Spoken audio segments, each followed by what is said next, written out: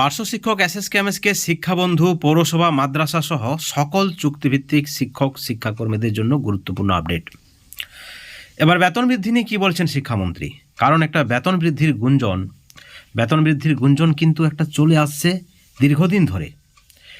আপনাদের নিশ্চয়ই মনে আছে, ভোটের আগে, নির্বাচনের আগে দাবি করা হয়েছিল সরকারপন্থী সংগঠনের পক্ষ থেকে যে ভোটের আগে বেতন বৃদ্ধি হবে, কিন্তু বেতন বৃদ্ধি হয়নি। তারপর একটা গুঞ্জন আসছিল যে মুখ্যমন্ত্রী নিজ মুখে ঘোষণা করবেন শিক্ষক দিবসের দিনে পার্শ্ব শিক্ষক এসএসকেএমএসকে সহ বাকিদের বেতন বৃদ্ধি। যদিও আইসিটি টিচার, কন্যাশ্রী, রূপশ্রী প্রকল্পে যারা কাজ করেন তাদের কিন্তু এক ধাপে অনেকটাই বেতন বৃদ্ধি করেছেন রাজ্য সরকার।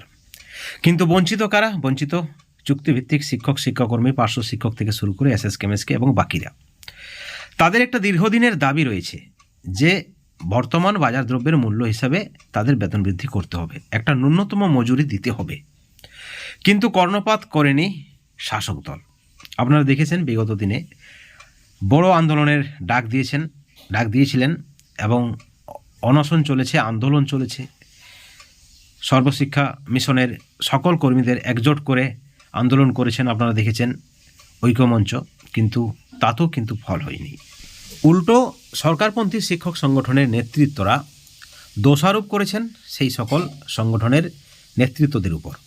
তাদের দাবি যে সরকার যখনই কিছু একটা পজিটিভ বার্তা দেয়, পজিটিভ আশ্বাস দেয়, পজিটিভ আলোচনা রাখে বা সদিচ্ছা থাকে সরকারের বেতন বৃদ্ধির, সেই বেতন বৃদ্ধির সময় কোনো না কোনোভাবে নিখিলবঙ্গ থেকে শুরু করে আরও যারা বিরোধী শিক্ষক সংগঠন রয়েছে, চুক্তিভিত্তিক শিক্ষক সংগঠন, তারা কিন্তু আন্দোলনের ডাক দেয়, যার ফলে সরকাররা তাদের বেতন বা ভাতা বৃদ্ধি করে না।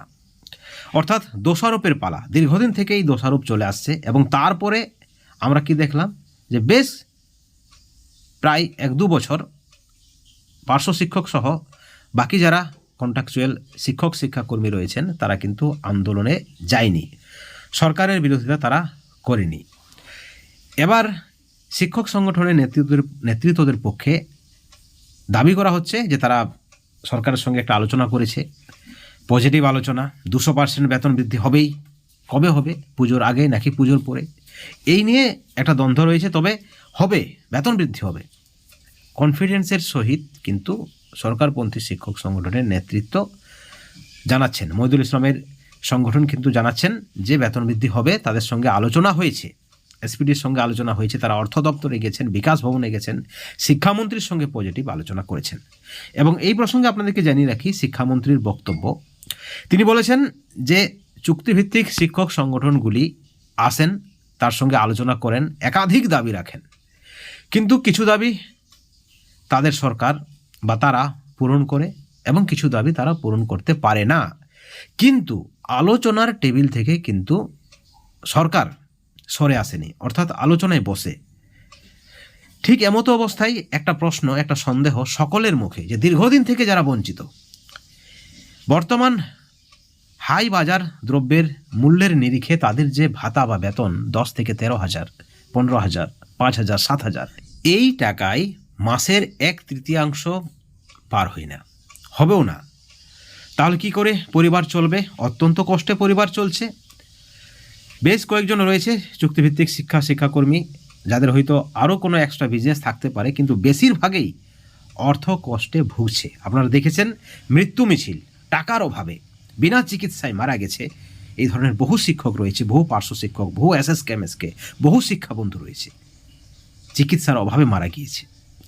ঠিক এই পরিপ্রেক্ষিতে একটা বড় দাবি, একটা পজিটিভ বার্তা যে বেতন বৃদ্ধি হচ্ছে, তারা বেতন বৃদ্ধির ফাইল ইতিমধ্যেই জমা দিয়েছেন। এর আগেও কিন্তু দুবার যে একটা আপডেট উঠেছিল যে বেতন বৃদ্ধির ফাইল পৌঁছেছে কিন্তু রিজেক্ট হয়ে গেছে, আবার পাঠানো হয়েছে।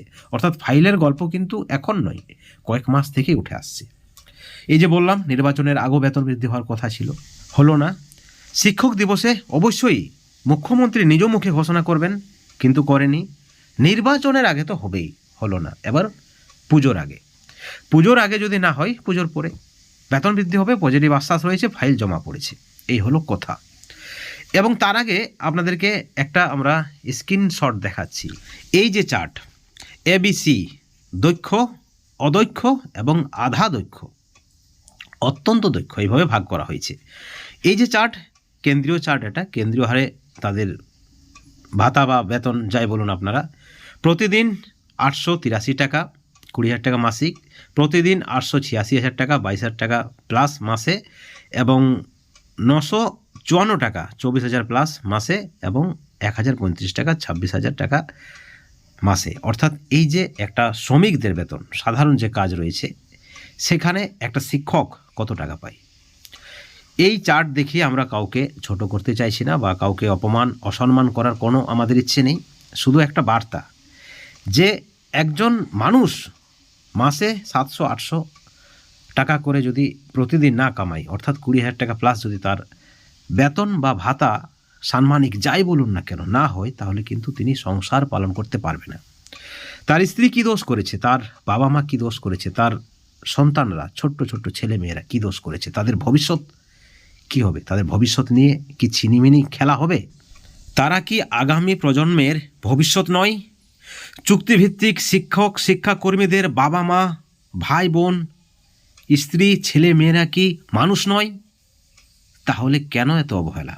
300 টাকা, 500 টাকা, 400 টাকা, 200 টাকা বেতন দিয়ে তারা কিভাবে সংসার চালাবে, তাদেরকে কিভাবে শিক্ষিত করবে, কিভাবে পড়াশোনা করাবে, এবং ভবিষ্যতে তারা কি হবে? তারা কি আদৌ সঠিক শিক্ষায় শিক্ষিত হয়ে একটা সভ্য নাগরিক হতে পারবে? প্রশ্নটা কিন্তু সকলের। অর্থাৎ কোথাও না কোথাও এতটা অবহেলা, একেবারে চরমে পৌঁছেছে অবহেলা। এবং আপনাদেরকে এই বিষয়ে ভগীরথ বাবু কী বলেছেন, বেতন বৃদ্ধি নিয়ে তাকে প্রশ্ন করা হলে তিনি কি জানিয়েছেন। তিনি বলেছেন, শাসক সংগঠনের নেতৃত্বরা বলেছেন আন্দোলন নাকি তাদের বেতন বৃদ্ধিতে বা ভাতা বৃদ্ধিতে বাধা হয়। আমরা দীর্ঘদিন ধরে আন্দোলন থেকে ডিটাচে রয়েছি, আন্দোলনে যাইনি। এই বেতন বৃদ্ধি হবে, নির্বাচনের আগে হবে, শিক্ষক দিবসে হবে, পুজোর আগে হবে, পুজোর পরে হবে, কিন্তু হয়নি, আশা নেই।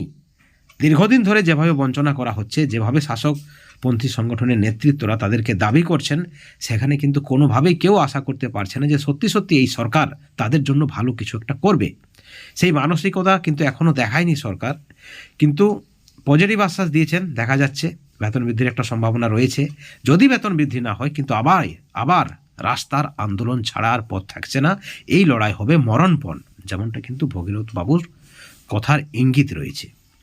এবং একই সঙ্গে আপনাদের জানিয়ে রাখি, রমিউল ইসলাম কি বলছেন, যে চিরকুটে বেতন বৃদ্ধি হবে না, বেতন বৃদ্ধির কোনো সঠিক বা অথেন্টিক আলোচনা এখনও হয়নি। তিনি বারবারই বলেছেন যে যতক্ষণ না পর্যন্ত আমি নিজে অথেন্টিক খবর পাচ্ছি বা বুঝতে পারছি যে 100% হবে, ততক্ষণ পর্যন্ত তিনি কিছু বলবেন না। তিনি কিন্তু কিছু বলেননি।